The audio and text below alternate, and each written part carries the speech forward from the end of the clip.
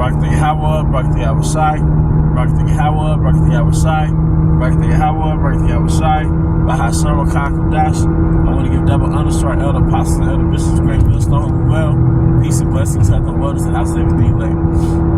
No brother falls out the truth in vain. No brother falls out the truth in vain. And something I had on my spirit after watching videos about a particular Jake that basically fell out as being a reprobate. Alright, just saying all type of madness, man. Alright, so I'm watching the brother at the Des Moines camp, the Iowa camp, alright? He did a video response. Alright? So I'm thinking about it, and me being in the same camp as that particular individual, like, yeah, that's accurate, man. Like, no brother falls out in vain. When it hits the fan and it makes the GMS news, alright, quote unquote, alright, it makes it look like he just up and fell out, or he did this one thing and fell out. You know, usually that one thing would be adultery, but outside of that, nah, it's usually ongoing things that cause the brother to fall out. Alright, years have really been a demon, man. Especially if the brother had pulled. Alright, no brother falls out in vain, man. And the things that you don't see happen create the illusion it did not happen. So if you didn't see the brother in dozens of councils, literally dozens and dozens of councils, then it's gonna create the illusion that we had a disagreement and just fell out. Nah, man. Brothers have demons that they don't conquer. Brothers are prideful, man. Okay? Alright, because like I said, once again, a lot of other brothers will fall out because the one brother that they love fell out, but they didn't even know the real person. We often use this analogy in the camp. You got a Jake, they got 10 disgruntled baby mamas, and they all say the same thing about him, right? You got 10 baby mamas, and they all say the same thing about you. He never there for his kids, alright? He don't do nothing. He don't give us money. He don't do nothing. He just this, that, he crazy, all this shit, right? Because you know how women are, right? But he say, they all say the same thing about him, alright? Here you are, the new girlfriend, alright, and you're hearing these women say the same thing about this man, and yet you feel like, eventually it's them. You feel me? Not seeing something happen, create the illusion it didn't happen, alright? But guess what's gonna happen years down the road? You're gonna be the 11th baby mama most likely. They say the same thing about him, alright? So, like I said, no brother falls out in vain, man. In our camp specifically, we have counsels according to the scriptures. Alright? Pride go before a fall, man. A lot of times, your own flaws as a man doesn't even cause you to fall out the truth. It's your pride when you can't be rebuked on your flaws, man. Alright? Or your tendencies, or your habits, or you fell into a temptation, so you are in a space in your mind that's causing you to not be productive in the spirit, man. Where you might be productive on videos, but you might not be productive as a man. Your actions are not fruitful, alright? So, you have all these counsels that really make an effort to shake you out of it, because no brother is exempt from having spirits on them, man, or falling into a temptation, whether you've been in the truth 6 months and 16 years, man, 20 years, alright? We can all fall into a temptation, man, alright? And we're supposed to examine ourselves, and one thing that, I'm learning, and you step out your comfort zone, be willing to be uncomfortable to grow, because if you're never uncomfortable, you're going to be stuck in the same mindset, and growth requires being uncomfortable, and growth requires a mindset change. A lot of times, in order to change your circumstances, you have to change your mindset, In order to change your circumstances, you have to change your mindset, man. Alright, but if you're not willing to grow, you got the same mindset that you had coming into this truth. Alright? Let's say you woke up at 15 years old. You came into the truth 19th grade. So, as a 19th grader, even if you you are a man of the Lord, you are a man in the 19th grade, 14, 15. But you still have certain boyish tendencies. You might have certain boyish tendencies in certain areas of your life, which is perfectly natural. But now you're 21 years old. If you still got some of these tendencies, these boyish tendencies that you had when you was 14, 15, all right? Do you think that's beneficial for you as a man? That's it's gonna stand out, all right? And brother's gonna rebuke you through the spirit and power of Yahweh Shema Shai.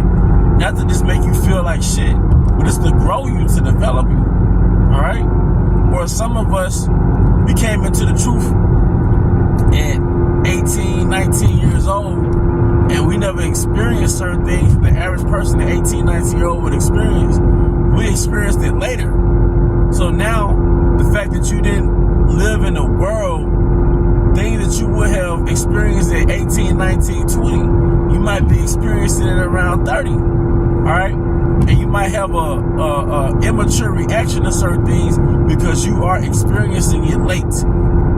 So that's going to come a rebuke, and that's going to come a reproof. But that also came with the sacrifice you made of unplugging from the world at an early age. But everything has its byproduct. Like, that's a byproduct of you leaving the world spiritually for Yahweh Bashma Shai, that you might be late on certain things. You might not be up on certain things that brothers fell into when they were teenagers. You falling for it in your 20s, all right, or 30s. It's like a Jake, all right? I've seen interviews with Jake of being in the penitentiary since they were 17, 18, 19, 20 years old. They get out the penitentiary at 40 years old, 38 years old. So now they got these young man tendencies about them that they should have outgrown, but they were never in the world to really outgrow those tendencies. They got a young man disposition mentally. All right, they have a childish reaction to certain things because they've never got an opportunity to develop in certain areas of their life. Same thing with us. All right, I came into the truth at a relatively young age, right? 18, all right? So I understand there's certain things about myself I have to work on to be willing to be rebuked on, because it really comes from shit. You really didn't, all you did was being the truth.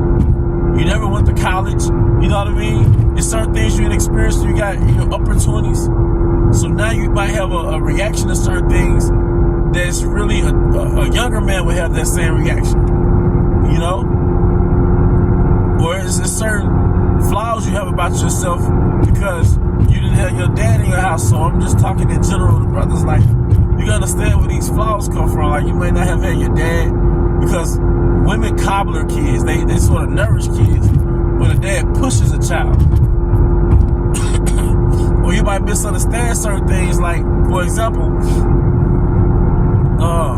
adversity. You might think, oh, this particular trial in your life, it is set up for the Most High. All right, these little stumbling blocks you have, it is part of your trial, but really it's there for you to navigate through adversity. So certain things you have to be patient, let the Most High get you out that situation. But other things, it requires counsel. It requires counsel, research, because really you got to start learning how to navigating through adversity. Start being a problem solver. See, that's a thing that's something that's really key to my growth and key to growth in general. Start being a problem solver, man. Don't just let little earthly problems add up in your life and add to your stress.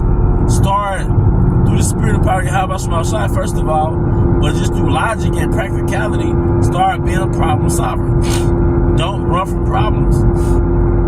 And it's something that was brought to my attention.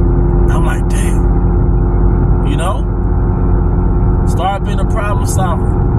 Even little things in life, little car problems, little phone problems. Stop letting things accumulate and it's built to your stress. But growth comes with a mindset change. You see, that right there is an example of a mindset change. You went from not embracing problems or ignoring problems or interpreting problems as, well, just part of my temptation, to being a problem solver. And it is everyday personal advice. All right? Well, all these things I named, when brothers see certain things in you, they might bring it to your attention. It's gonna hurt, but it's okay. Because actually it's good if it hurts. It's when it stop hurting your ego and your spirit when you through. Unless you're just a spiritually healthy brother where you're just totally grateful that you got rebuked. But oftentimes it's not gonna feel good because, for one, if it's a demon in you, the demon gonna get agitated in the council. So you gotta control your spirit. Your lips might get dry, like the demon is being conjured up, you know? But the point is, man, alright? These things are often being called out before, brother. Like, these things are off these character flaws and these tendencies and these spirits that might influence you. They get called out at counsel. But if you feel that brothers don't qualify to tell you nothing or whatever it may be, alright? After several times, that's what caused a brother to get kicked out. Because now, you're a counselor in the camp. So if you can't get the counselor removed from you, you as the counselor have to get removed from the camp. You become the counselor. And we can all become the counselor. That's why we have to pray to Yahweh Bashma Shai that he takes down his Holy Spirit from us. Because it's not about how much you read. It's not about how many lessons you do. Alright? It's about fear the Most High, keep his commandments, love thy neighbors, love thyself, fight the good fight of faith, man. And I always tell yourself that you're not Yahweh Shai. If you feel like, yo, it's hard to get rebuked or it's hard to get reproved, your spirit get all fucked up, your ego get all, that's common. It's a common temptation. But you gotta, the greater thou art, the more thou humble thyself. And one thing that I've been telling myself, I'm not Yahweh Shai, man. You know, you might have a rank, you know, you might be a leader or some shit, right? So that might get to your flesh like, nah, man, I'm not above rebuke. And that mindset saves you. You know? Because if you put barriers around your spirit and can't nobody tell you nothing, all right? The problem is everybody that's telling you something, not you. Well, outside of falling out, just as a man, you're going to be at a very low point, man. Because it is humbling to be considered a smart guy, to kind of, you know, be a guy that, you know, take care of his business in life. And now you're at a point in your life where you're going through trials, or you've been rebuked, or you're just not used to losing in certain areas of your life. All right. But those areas are a result that you have to have a certain character trait developed in you. Because all because you're smart, all because you kind of have yourself together in a sense, that doesn't mean you got other flaws that need to be exercised out of you. You got certain traits in you that have to be exercised in you. All right? It's one thing to have intelligence, or it's one thing to be smart or have good sense, but it's another thing to have tenacity and discipline and self-control and persistence. All right, and a mindset that it's okay to fail, but just keep going. Don't give up. The mindset, I don't know everything. The mindset that there's always room for growth. The mindset that anybody can correct me. Those things save a man and allow that man to grow. The mindset, I'm not Yahweh Shai. I'm not even an apostles of growth, man. All right, I'm not elder apostles of heart. They have their systems how they handle each other, but I'm not elder apostles of heart. Certain things you gotta accept that certain things they may not have stumbled over. You stumbled over it. All right, but that's part of your story. You might not be as strong as the men that you've learned from. You might have certain areas where you're embarrassingly weak. Like, damn, I stumbled over that. I ain't hear nobody else say they stumbled over it. It's okay. That's part of your legacy. Legacies come with low points. That's another lesson.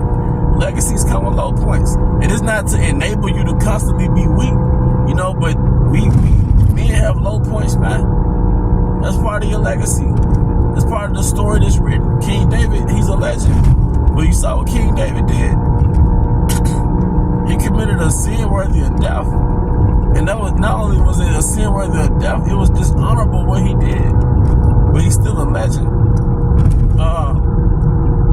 And I speak as a man. I speak as a man. I'm just speaking as a man. But the Most High is just. So for the Most High to allow that to happen with the man that he put on the front line, that man on the front line may have done something in his past life, and that was part of the grand scheme of the Most High. Once again, I just spoke as a man. It's just an opinion of mine, a theory.